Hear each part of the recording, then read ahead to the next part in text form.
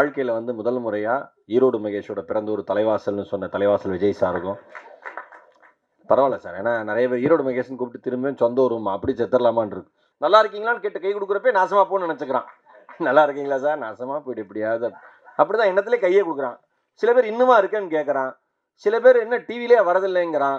சில பேர் சோத்துக்கு என்ன ஒரு வாரம் டிவியில் வரலைனாலும் பிச்சைக்காரன் ஆயிடும்னு நினைக்கிறாங்க போல. நான் சொல்லக்கூடாது, நம்ம விஜய் டிவியில் சூப்பர் சிங்கர்லாம் முதல் 2-3 ரவுண்ட்லேயே ரிஜெக்ட் ஆகி வெளில போயிடுவாங்க. அவனுங்க பண்ணுற பந்தா தாங்க முடியாது மீரா கதிரவன் சார்.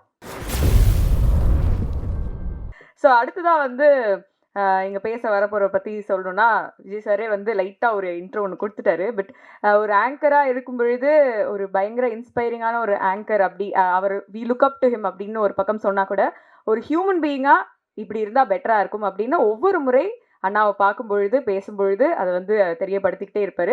அண்ணா இருக்கிற இடத்துல அவரால் முடிஞ்ச பாசிட்டிவான எனர்ஜியை ஸ்ப்ரெட் பண்ணிக்கிட்டே இருக்காரு. இத்தனை வருஷமாக ஈரோடு மகேஷ் அண்ணாவை பேச அழைக்கிறேன்.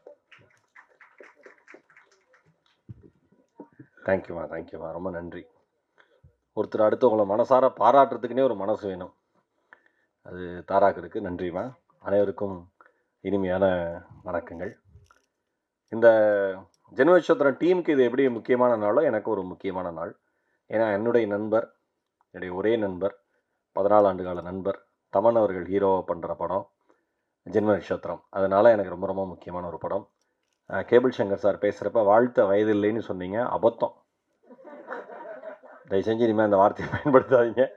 நானும் அறிவுடகன் சார், மீரா கதிரவன் சார்லாம் அந்த 3 பேரும் பேசி வருத்தப்பட்டோம், ஏன் அவர் இப்படி பேசிட்டார் அப்படின்னு. என் வாழ்க்கையில் வந்து முதல் முறையாக ஈரோடு மகேஷோட பிறந்த ஒரு தலைவாசல்னு சொன்ன தலைவாசல் விஜய் சாருக்கும் பரவாயில்ல சார். ஏன்னா நிறைய பேர் ஈரோடு மகேஷ்னு கூப்பிட்டு திரும்பியும் சொந்த ஊருமா அப்படி செத்துடலாமான் இருக்கு. சார் சிரிக்கிறார். ரொம்ப அது ஒரு குடும்ப மேடை மாதிரி தான். இந்த மைத்துன்னு சொன்னிச்சு ரக்ஷா வந்து, மைத்ரேயன் வந்து ஒரு கால் பண்ணேன், எனக்கு சான்ஸ் கிடச்சிது அப்படின்னாரு. நான்லாம் மணிக்கு வந்து 5 வருஷமாக கால் பண்ணுறேன். அது காலாக மட்டும்தான் இருக்குது, கால் ஷீட்டாக இன்னும் மாறலை. அது இந்த மாதிரி இருக்குது. சும்மா நல்ல மனசு உங்களுக்கு ஒன்றும் குறை வராது. சும்மா உதாரணத்துக்காக சொன்னேன். அந்த மாதிரி நல்ல மனுஷனாக இருக்கீங்க நீங்கள், அதுக்காக. சிரிக்காதீங்க ப்ரோ. ரொம்ப ரொம்ப மகிழ்ச்சி. எனக்கு என்னென்னா வந்து நான் ஒரு விஷயம் நம்புகிறேன். தொடர்ந்து கதவை தட்டிகிட்டே இருக்கிறவங்களுக்கு எந்த கதவும் திறக்கிறதே கிடையாது. நம்பிக்கையோடு தொடர்ந்து கதவை தட்டிகிட்டே இருக்கிறவங்களுக்கு மட்டும்தான் கதவு திறக்கும் வாய்ப்பு கிடைக்கும். தமன் அந்த மாதிரி கடந்த 14 வருஷமாக நம்பிக்கையோட கதவுல தட்டிகிட்டே இருக்கிற ஒரு இளைஞர். ஏன்னா ஐடியில் ஒரு நல்ல லெவலில் சம்பாதிச்சுட்டு இருந்த ஒரு பையன் ஒரு பெரிய பொசிஷன். இன்னைக்கு வந்து ஒரு ஐடியிலே இருந்திருந்தாருன்னா எனக்கு தெரிஞ்சு ஓனாக ஒரு கம்பெனி நடத்துகிற அளவுக்கு டேலண்ட். தமனோட நெருங்கி பழகின எல்லாருக்கும் தெரியும். ஒரு மொபைல் லைப்ரரி மாதிரி எதை பற்றி வேணால் நீங்கள் அவர்கிட்ட கேட்கலாம். அவ்வளோ டீட்டெயில்டாக ஆத்தென்டிக்காக பேசக்கூடிய ஒரு நபர். அதை விட்டுட்டு சினிமாவுக்குன்னு வந்து கூத்துப்பட்றையில் வந்து கற்றுக்கிட்டு அதுக்கப்புறம் முயற்சி எடுத்து வெளிச்சம் விழாதான்னு ஒரு லைட்டு தெரியும். ஓ அந்த இடத்துல வெளிச்சம் இருக்குது, நம்ம ஓடி போயிடலாம் அந்த வெளிச்சத்துக்குன்னு கிட்ட போகிறப்ப அந்த லைட் மறுபடியும் தூரமாக போகுது, அந்த வெளிச்சம் தூரமாக போகுது, மறுபடியும் ஓடுறோம், மறுபடியும் அந்த வெளிச்சம் தூரமாக போகுது. ஆனால் அந்த ஓட்டம் நிற்காமல் ஓடிட்டே இருக்கோம்ல, அவங்களுக்கு தான் அந்த வெளிச்சம் கிட்ட வரும். இந்த படம், இந்த ஜென்ம நட்சத்திரம் நிச்சயமாக என்னுடைய நண்பருக்கு வெளிச்சத்தை தரும் என்பதில் எந்தவித சந்தேகமே கிடையாது. இங்கே உள்ளே வந்தோன்னே நம்ம அந்த அழகாக நம்ம ஆர்ட் டைரக்டரோட ஐடியாவான்னு தெரில, அந்த நட்சத்திரத்தை சுற்றி விட்டு பார்த்தது. நல்லா இருப்பீங்க நீங்கள். சுரேஷ் சந்திரா சார் ஆனால் தலைவன் இருக்காங்க எங்கள் அண்ணன். அவர் நாகர் சார் எல்லாம் அவங்க டீமே ரொம்ப பேரோ டீம். கேட்கணுமா அண்ணனுங்களுக்கு வந்தது பெரிய சப்போர்ட். அந்த சுற்றி விடுறதுல வந்து என்னோட நட்சத்திரம் என்னன்னு கேட்டாங்க. பரணிக்கு இப்போ தான் 7:30 ஆரம்பிச்சிருக்கு. ஏன் பரணி பாலராஜனே, நம்ம 7:30 ஆரம்பிச்சிருக்கு. 7:30 துவங்கியதுன்னு இப்போ தானா அப்படின்னு நினச்சேன் நான். புரிஞ்சிருக்குன்னு நினைக்கிறேன் பரணியில் இருக்கிறவங்களுக்குலாம். அந்த மாதிரி ஒருத்தருக்கு ஒரு வாழ்க்கையில் ஒரு விஷயம் நடக்கும்ல. ஆனால் நமக்கு என்னென்னா நிறைய பேர் கேட்பாங்க. ஒரு நொடிக்கு வந்து நான் தேட்டருக்குள்ள போய் பேசினேன், நீங்கள் சப்போர்ட் பண்ணுங்கள் இது சின்ன படம்னு பேசுகிறப்ப, சார் இந்த படத்தில் நீங்கள் என்ன பாட்டு என்ன நடிச்சிருக்கீங்க என்ன அப்படின்லாம் கேட்டாங்க. இல்லைங்க என் நண்பர் நடிச்சிருக்காருங்க, அவருக்காக நான் பேச வந்தேங்க, எங்கள் டீம் தெரிஞ்ச டீம் அதனால் பேச வந்தேங்க. இந்த மேடையும் அதே மாதிரி தான். நான் ஒன்றே ஒன்று சொல்லவா, நீங்கள் விரும்புகிறவர்கள், நீங்கள் நேசிப்பவர்கள், உங்களுடைய நண்பர்கள் ஜெயிக்கிற பொழுது நீங்கள் ஜெயிக்கிறதா நினச்சிங்கன்னா நிச்சயமாக நீங்கள் ஜெயிக்கிறதுக்கான ஒரு நாளும் இறைவன் நிச்சயமாக தருவான்.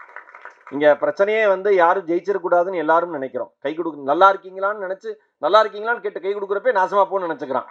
நல்லா இருக்கீங்களா சார், நாசமாக போய்ட்டு எப்படியாவது அப்படி தான் எண்ணத்துலேயே கையே கொடுக்குறான். சில பேர் இன்னுமா இருக்கேன்னு கேட்குறான். சில பேர் என்ன டிவிலே வரதில்லைங்கிறான். சில பேர் சோத்துக்கு என்ன ஒரு வாரம் டிவியில் வரலைனாலும் பிச்சைக்காரன் ஆயிரும்னு நினைக்கிறாங்க போல. எல்லாரும் அவ்வளோ நல்ல எண்ணத்தோட சுற்றி சுற்றி இருக்காங்க. இந்த போட்டி நிறைந்த உலகம் தான். நான் ஒன்னே ஒன்று சொல்கிறேன், இங்கே எல்லாருக்குமான இடமும் இருக்குது. இங்கே எல்லாருக்குமான இடமும் இருக்குது. ஆனால் நமக்கான இடம் எப்போ கிடைக்கும்னு தெரியாது. அது வரைக்கும் ஓடி தான் ஆகணும். அதை நிறுத்தவே கூடாது. அப்படி ஓடுற ஒரு நண்பர் தான் என்னுடைய நண்பர். ஏன்னா வந்து வாழ்க்கையில் வந்து ஒரு விஷயம்தான் நான் நம்புகிறேன், நம்பிக்கை மட்டும்தான். இங்கே இருக்கிற எல்லா ப்ரெஸ் பீப்புள், நாம் ஒரு நொடி படத்துக்கு வந்து ப்ரமோஷனுக்குன்னு எதுவுமே செலவு பண்ணல. உண்மை அதுதானே மணி? ப்ரமோஷன் எதுவுமே செலவு பண்ணல. அதுவே ஆர்கானிக்காக வந்து ஏதேதோ சோஷியல் மீடியாவில் இருக்கிறவங்க, யூடியூப்பில் இருக்கிறவங்க, இன்ஸ்டாவில் இருக்கிறவங்களாம் படம் பார்த்துட்டு நல்லா இருக்கு போய் பாருங்கன்னு சொல்லி ரீச் ஆனது தான் அந்த படம். இப்போ 11 படத்துக்கும் அதே மாதிரி தான் சோஷியல் மீடியாவில் அவ்வளோ பெரிய ஆதரவு வந்து நண்பருக்கு ரீச் ஆகிருக்கு. பத்திரிகை, மீடியா, யூடியூபர், சோஷியல் மீடியா அத்தனை பேருக்கு ஒரே ஒரு வேண்டுகோள், நல்ல படத்துக்கு ஆதரவு தாங்க. நீங்கள் நியாயமாக எந்த கருத்துக்கள் சொன்னாலும் ஏற்றுக்கிறதுக்கு டீம் ரெடியாக இருக்குது. அதுதான் உண்மை. இன்றைய நாளுடைய கதாநாயகன் வந்து சஞ்சய் மாணிக்கம். எந்திரிப்பா. ஆமாம், ரொம்ப நேரம் எந்திரிப்பான். அவ்வளோ ஹைட்டாக இருக்கிறதுனால உட்காந்து எந்திரிக்கிறப்பே அவ்வளோ பெருசாக வந்துக்கிட்டே இருப்பான். ஒரு பேக் போட்டிருப்பான். இப்போ மலேசியா சுற்றி பார்க்க போகிற மாதிரியே ஒரு பேக்கை போட்டு, அது என்ன என்ன என்ன ரேசர்ப்பா? கோகார்ட். அந்த சின்ன காருக்குள்ளே எப்படி நீ உள்ளே போகிற? சின்ன காருக்குள்ளே படுக்க வச்சு தான் வேணாலும் தள்ளணும். பயங்கரமான மியூசிக் நாலேஜ் இருக்கிற பையன், ரொம்ப சிம்பிளான பையன். நான் எனக்கு தெரியுங்க என்னன்னா, ஒரு நான் சொல்லக்கூடாது, நம்ம விஜய் டிவியில் சூப்பர் சிங்கர்லாம் முதல் 2-3 ரவுண்ட்லேயே ரிஜெக்ட் ஆகி வெளில போயிடுவாங்க. அவனுங்க பண்ணுற பந்தா தாங்க முடியாது. மீரா கதிரவான் சார், நான் எல்லாம் இந்த மாதிரி டிவி ஷோஸில் பாடியிருக்கேன். சிங்கர் டைட்டில் வின்னராக இருப்பாங்க, அவன் அமைதியாக இருப்பான் கையை கட்டிக்கிட்டு. அப்படி இருக்கிற ஆட்டிடியூட் இருக்கிற மக்கள் மத்தியில் ரொம்ப ரொம்ப அன்பாக எங்கேயாவது போனால், நான் உண்மையை ஓப்பனாக சொல்கிறேன், ஒரு மனுஷன் வந்து திறமை இருக்கிறதுனால ஜெயிக்க மாட்டான், தொடர்பு இருக்கிறதுனால ஜெயிக்க மாட்டான், பணம் இருக்கிறதுனால ஜெயிக்க மாட்டான். அவன் பண்புனால மட்டும்தான் ஜெயிப்பான். சஞ்சய் அந்த மாதிரி ஒரு பையன். ஆனால் இருக்கு, நான் டீ வாங்கிட்டு வரேன், ஓடி போய் அதெல்லாம் யார் பண்ணுவா? பண்ணணும் என்ன அவசியம் முதல்ல? அந்த மாதிரி ஒரு பையன், நல்ல மியூசிக் நாலேஜ் இருக்கிற பையன். நல்லா இருப்பீங்க. கேஜி உங்களோட பெரிய ஃபேனு. சூர்யா, பேய் படம் முடிச்சோன்னா கல்யாணம் பிரமாதமாக இருக்கும். எடிட்டர் சூர்யாவுக்கு வாழ்த்துக்கள். இந்த இதோட ப்ராஜெக்ட் கேட்டு எங்களுடைய ஆடிட்டர் விஜயன் சார், எங்களுடைய இனிய நண்பர், thank you. Raksha and Malvi, thank you so much. ரொம்ப ரொம்ப நன்றி. எங்களுடைய மென்டார், வழிகாட்டி அண்ணன் பரணி பாலராஜ் அவர்கள், அடிச்சு பிரித்து துவம்சம் பண்ணிட்டீங்க. இன்னைக்கு கலக்கிட்டீங்க. நீங்கள் எப்பயுமே எங்களுக்கு சப்போர்ட்டாக இருக்கணும் ப்ரோ. எந்திரிங்க ப்ரோ. சிவம் ப்ரோ, இந்த மனுஷன் இவ்வளோ சிம்பிளாக இருக்காரு. அந்த பாட்டு என்ன ஹை பிச்சில், நான் சொன்னேன் சார்ட்ட, என்ன அருமையான பாட்டு. நிச்சயமாக பெரிய உயரங்கள் வருவீங்க. பாட்டில் ஆஸ் அ சிங்கராக நீங்கள் நிறைய அச்சீவ் பண்ணிட்டீங்க. ஆஸ் அ ஆக்டராக இந்த படத்துக்கு அப்புறம் உங்களுக்கு பெரிய ரீச் இருக்கும் ப்ரோ. ரொம்ப ரொம்ப ரொம்ப ரொம்ப சந்தோஷம். Best cost Murali sir. இப்போ வந்து அவர் சொன்னார்ல 50% படம் முடிஞ்சிருக்குன்னு, அதில் நான் நடிச்சிருக்கேன். மணி ப்ரோ அதுக்கு கால் ஷீட் கொடுத்துட்டார். ஆனால் எனக்கு முரளி சார், எனக்கு செல்வகுமார் சார் நன்றி. முரளி சார் எனக்கு ரொம்ப பிடிச்சது, பட பூஜைலாம் முடிஞ்சு ஃபஸ்ட்டு டே ஷூட்லாம் முடிஞ்சு ஒரு வாரம் ஷூட் போனதுக்கப்புறம் நீங்கள் யாருன்னு என்னை கேட்டாப்புல. எனக்கு ரொம்ப அது வந்து மன நிறைவாக இருந்தது. ஒரு மாதிரி நல்ல ப்ரொடியூசர், நல்லா ஒரு கலாய்க்கிறாரா, என்ன பண்ணுறாரு, ஒன்றும் என்னடா வாழ்க்கை நமக்கு எப்படி இருக்கேன்னு. ரொம்ப நன்றி சார். யாருன்னு தெரியாமல் ஒரு வாய்ப்பு கொடுத்து காசு கொடுத்து நல்ல டீம், மொத்த டீமுக்கு என்னுடைய மனம் நிறைந்த நன்றி, வாழ்த்துக்கள். அருண் உட்பட எல்லாருக்குமே தேங்க்யூ ஸோ மச். இது என் நண்பன் படம். என் நண்பன் ஜெயிக்கணும், என் நண்பன் பெரிய லெவலில் ஜெயிக்கணும். என் நண்பன் ஜெயிக்கிறத ஒரு தேட்டரில் உட்காந்துருக்கிற ஒரு 300 பேருக்கு நடுவில் ஒரு ரசிகனாக உட்காந்து பார்த்து கை தட்டுறதுல சந்தோஷப்படுற ஒரு ரசிகனாக என் நண்பனுக்கு நான் மாறணும். Thank you so much. Love you all.